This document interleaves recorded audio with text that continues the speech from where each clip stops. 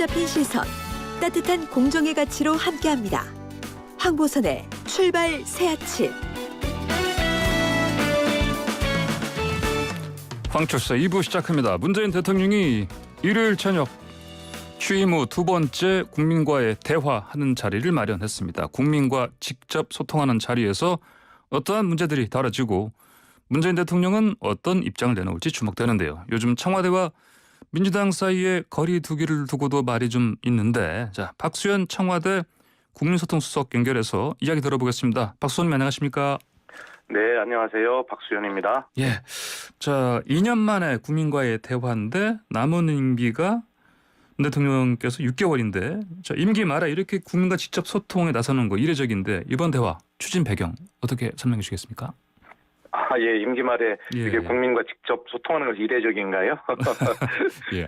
예, 우선요. 네. 꼭 그 대화 직접 말씀을 드릴 사안들도 있으시고 예. 또 국민들께서 굉장히 지금 코로나 때문에 지쳐 계시잖아요. 네. 국민들께서 궁금하실 것이 너무 많은 시기일 것 같습니다. 그래서 다른 때와 비교해서 이례적이다라고 하시는 말씀은 이해하겠는데 예. 다른 시기와 이례적으로 우리는 코로나 시대를 살고 있습니다. 네. 특별히 국민과의 소통이 직접 필요한 시기다 이렇게 말씀드릴 수 있고요. 예. 또 대통령이 직접 우리 정부는 이 코로나 시기를 맞이해서 살고 있기 때문에 우리 정부는 말년이라는 것이 없다라는 것을 여러 차례 강조하셨고요. 예. 지금 현재 단계적 일상 회복의 성공을 위해서 계속 최선을 다해야 되는 그런 아주 중차대한 시기이기 때문에 예. 그런 측면에서 국민들께서 대통령께 직접 묻고 싶은 말씀이 많으시고 또 설명할 말씀이 많기 때문에 이렇게 하는 것이다 말씀드립니다. 알겠습니다. 지지율만 봐도 문재인 대통령은 역대 대통령들과 임기 말년이 다르다. 청와대에서 이번 행사를 이게 자신 있게 계획했다 이런 얘기 들리는데요. 어떻습니까? 예, 뭐 지지율과 관련해서 자신 있게 기획하고 하는 차원이 아니라 방금 말씀드린 대로 국민께서 너무나 힘들어하시고 또 궁금해하시는 부분들이 너무 많고요. 그렇기 때문에 하는 것이지. 국민께서 물으시면 언제든지 또 저희가 답변을 드려야 되고 저희들 나름대로는 최선을 다해서 답변을 하고 있다고 생각합니다만 아마 그런 차원입니다. 예. 자, 모레 21일인데 일요일 저녁이지 않습니까? 이게 그렇습니다. 생방송되는 거죠, KBS. 예. 네. 이번에 국민과의 대화 어떤 방식으로 진행되는지 설명해 주시겠습니까? 예, 저 국민께서 많은 관심을 가지고 함께 좀 해주셨으면 좋겠다는 말씀을 우선 드리고 싶고요. 일요일 저녁에 그 KBS 생방송으로 진행이 됩니다. 일요일 저녁에 7시 10분부터 100분 동안 진행이 되고요. 흔히 얘기하는 이제 타운홀 미팅 방식으로 진행이 됩니다. KBS가 여론조사 기관을 통해서 연령, 성별, 지역 등을 고려해서 선정한 국민 패널 300명이 질문자로 참여를 하게 되는데요. 생방송 스튜디오 현장에 참석하는 200명의 국민 패널이 계시고요. 또 화상으로 연결되는 100명의 국민 패널로 이렇게 구성이 됩니다. 그래서 본인 희망, 거주 지역, 또 백신 접종 완료 여부 이게 굉장히 중요하잖아요. 이것을 고려해서 KBS에서 이렇게 선정을 하고 여론조사 기관과 KBS가 이렇게 아주 투명하고 공정하게 선정을 한다 이런 말씀드리고 이번에 특히 스튜디오 현장에는 대통령과 함께 경제부총리, 복지부 장관이 함께 참여를 해서 또 답변도 드리게 되면 할 것이고요. 또 화상으로 뭐 산업자원부, 중소기업부, 고용노동부, 농림부, 문체부 등 이렇게 필요한 그런 장관들이 전부 다 화상으로 참여를 하게 됩니다. 그래서 패널들이 장관께 묻고 싶은 건 직접 물으실 수가 있고 그렇습니다. 그래서 아마 사전에 각본 없이 현장에서 제시가 되는 것이고 대통령님과 장관들이 성실한 답변이 이루어질 것으로 예상하고 있기 때문에 국민 여러분께서도 많은 관심을 가져주시기를 부탁드립니다. 2년 전에 첫 번째 국민과의 대화에서는 라디오 DJ로 더 유명해진 분이죠. 가수 배철수 씨가 사회를 맡았었는데 이번엔 누가 진행을 맡습니까? 이게 진행자를 선정하는 것도 중요한 문제라고 생각을 합니다. 그 진행의 안정성이나 진행 분위기 이런 것들이 다 달라지잖아요. 그래서 지금 말씀하신 대로 2019년에 했던 그 국민과의 대화는 그런 컨셉으로 이제 했고요. 이번에는 좀 정말 그 차분하게 여러 가지 말씀을 국민께 드릴 수 있도록 아마 KBS에서 그런 장단점을 고려해서 진행자를 선정하는 것으로 알고 있는데요.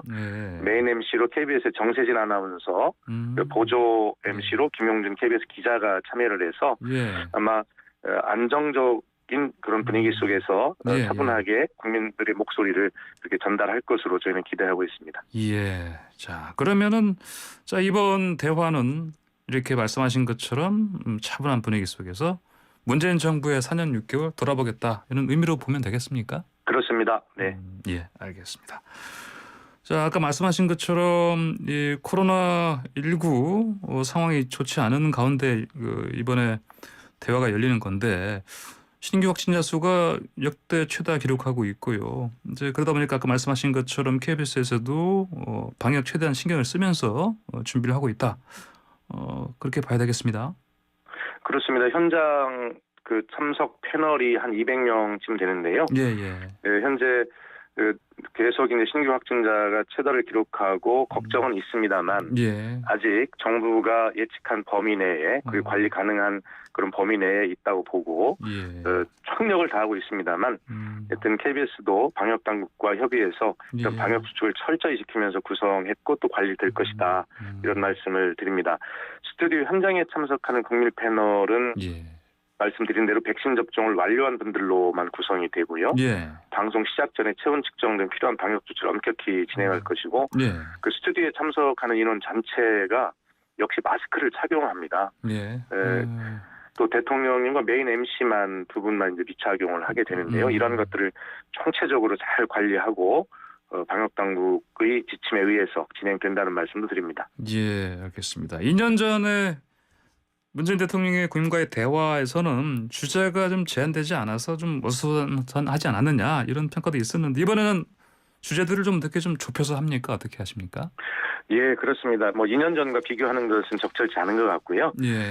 다만 이번에는 역시 주제들이 관심이 단계적 일상 회복은 어떻게 되는 건지 일상 회복 3주 지났는데 확진자가 좀 늘고 있고요. 이게 별 문제가 없는 거냐, 대응이 어떻게 되느냐 이게 제일 관심이지 않겠습니까? 그렇게 생각을 하고 그다음에 민생 경제 역시 중요하지 않습니까? 양극화 문제, 가계 부채 문제, 재난지원금 문제는 어제 어느 정도 정리가 되는 분위기입니다만 그것도 가장 아픈 손가락이라고 할 수 있는 이 부동산의 문제, 이런 민생 경제 문제에 관심이실 것이고요. 우리가 국민의 희생과 헌신, 의료진의 그런 희생 이런 것들로 인해서 코로나를 극복하게 된다면 그 코로나 이후에 우리가 나아가야 될 국가적 과제는 어떤 것이냐 이런 것들로 아마 질문이 집중될 것으로 예상을 하고 있고요. 말씀드린 대로 저희가 사전에 질문의 내용은 알지 못합니다만 KBS가 대체로 이러한 부분들을 중심으로 아마 질문들을 아마 받을 것으로 그렇게 생각을 하고 있습니다. 문재인 대통령 이번에 국민과의 대화, 대선이 한 100 몇십일 앞둔 시점에서 열리는 겁니다. 이제 그래서인지 야권에서는요, 아니 2년 동안 왜 안 하시다가 왜 지금 하는 것이냐 이렇게 또 의심 어린 눈초리도 보내고 있는 게 사실인데요.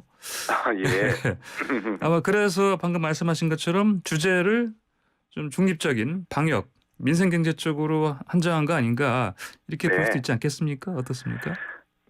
그런 것들을 의식한 건 아닙니다. 다만 자연스럽게 국민의 관심이 그렇게 집중될 것으로 저희가 예상을 하고 있고 이것은 KBS가 진행을 하는 것이기 때문에 저희가 어떤 의견이나 이런 것들을 말하지는 않습니다. 대통령의 소통을 지금 지적을 하셨습니다. 그러나 대통령의 소통은 국민과 직접 하는 게 있고 또 언론을 통해서 늘 말씀드리는 게 있고 또 국회를 통한 소통도 있지 않겠습니까? 또 대통령이 현장에 직접 가셔서 하는 소통도 있을 거고요.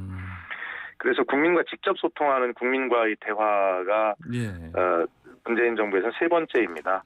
그리고 다른 역대 대통령들과 그렇게 적은 것이 아니고요. 김대중 대통령 때 4회, 노무현 대통령 3회, 이명박 대통령 1회. 또 박근혜 대통령님은 국민과의 직접 대화 이런 것은 안 하신 것을 알고 있는데 국민과의 대화 소통의 기준을 어떻게 보느냐에 따라 횟수가 달라질 수 있다 이렇게 생각하고요.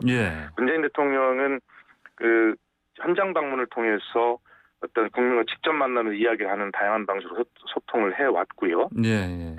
그리고 또 소통의 질이 문제 아닙니까? 아까도 말씀드렸습니다만 문재인 대통령 정부에서는 이 대언론 기자회견에서도 기자단이 미리 질문 내용을 청와대에 알려오고 이를 바탕으로 대통령이 답변을 준비하는 방식을 취해왔었는데요. 예. 저희는 사전에 질문을 받지 않고 현장에 직접 질문을 받아서 그렇게 어떤 발전된 형태의 소통을 했다 그렇게 자부합니다. 단순 기자회견 횟수만 해도요. 예. 저희가 19회를 지금 하고 있는데요. 국내 예. 9회, 외교 7회, 방송 3회 이렇게 하고 있고 예. 그리고 마지막으로 또 강조하고 싶은 것은 대국회를 통한 소통의 경우에도 지난 10월에 대통령이 직접 국회에 가서 시정연설을 하셨는데요. 예. 예. 시정연설을 보면 대통령은 임기 5년 내내 개근 시정연설을 하신 것입니다. 추경 포함한 2017년을 하면 6회, 6회를 모두 한 것이고요. 다른 네. 역대 대통령에 비해서 압도적인 대국회 소통을 했다. 이렇게 말씀을 드리고 싶습니다. 예, 알겠습니다.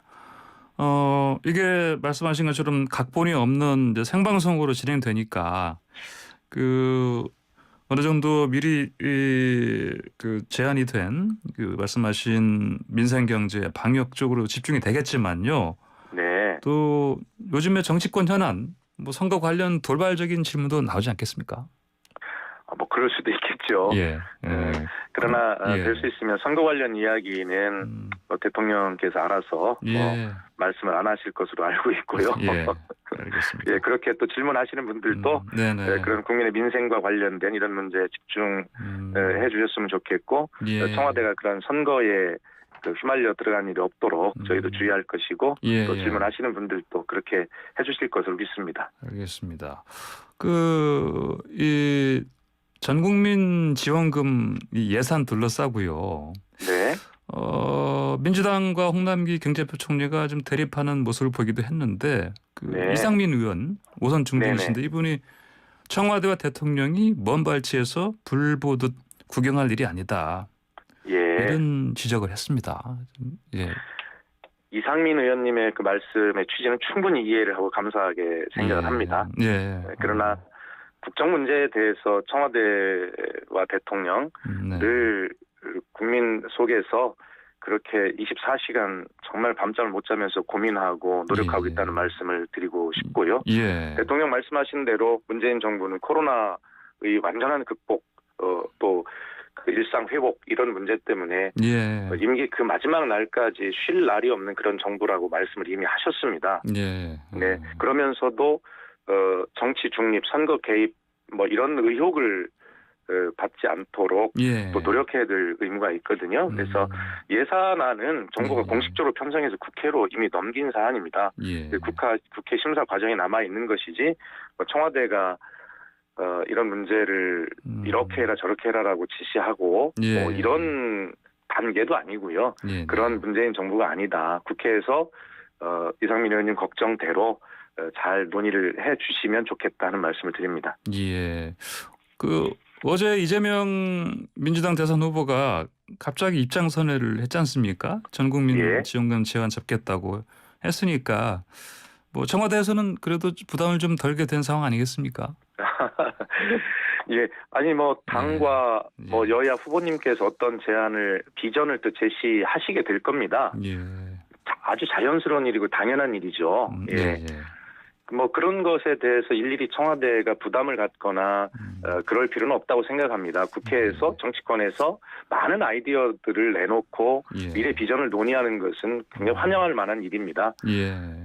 하여튼 그렇게 논의를 해주시고 정치권에서 많은 의견들이 용광로처럼 모여지고 녹여져서 예. 아마 문재인 정부보다 더 나은 다음 정부를 그렇게 탄생하기를 국민들께서 바라고 계실 겁니다. 국민들의 어떤 의견에 예. 많은 귀를 기울이고 또 그렇게 더 나은 공약이나 비전을 제시하는 것은 굉장히 환영할 만한 일이다. 그렇게 생각을 합니다. 알겠습니다.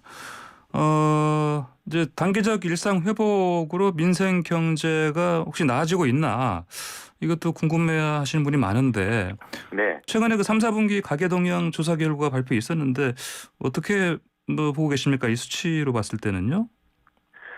아마 어제 이제 3, 4분기 가계 소득이 발표됐는데 네네.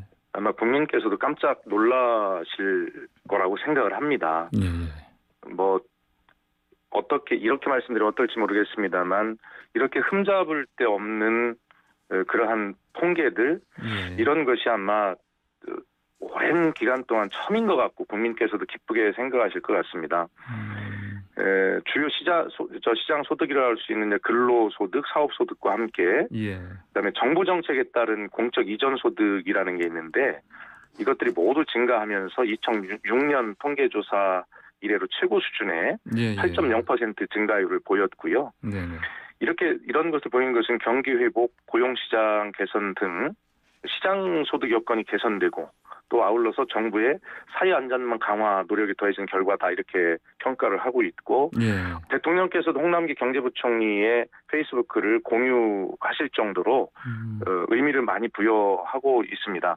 특히 저희가 보는 것은 전체 소득에서 62.5%를 차지하는 근로소득 이것은 임금 근로자가 증가했고 임금 상승 등에 따른 고용 개선 영향으로 이게 6.2%나 증가해서 가계소득 증가에 가장 크게 기여했다는 점을 평가하고 싶습니다.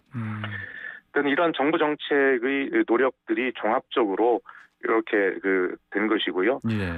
또 하나 가장 강조하고 싶은 것 중에 하나는 대표적인 소득 분배 지표가 5분위 배율입니다. 이것이 전년 동기 대비 큰 폭 하락하고 코로나 이전 2019년 대비했을 때 분배 상황이 4분기 연속 개선세가 지속되고 있다는 것입니다. 그래서 경기가 확실하게 살아나고 여러 가지 정책 효과가 결합된 바람직한 성과라고 이렇게 저희들은 생각하고 있습니다. 예, 알겠습니다.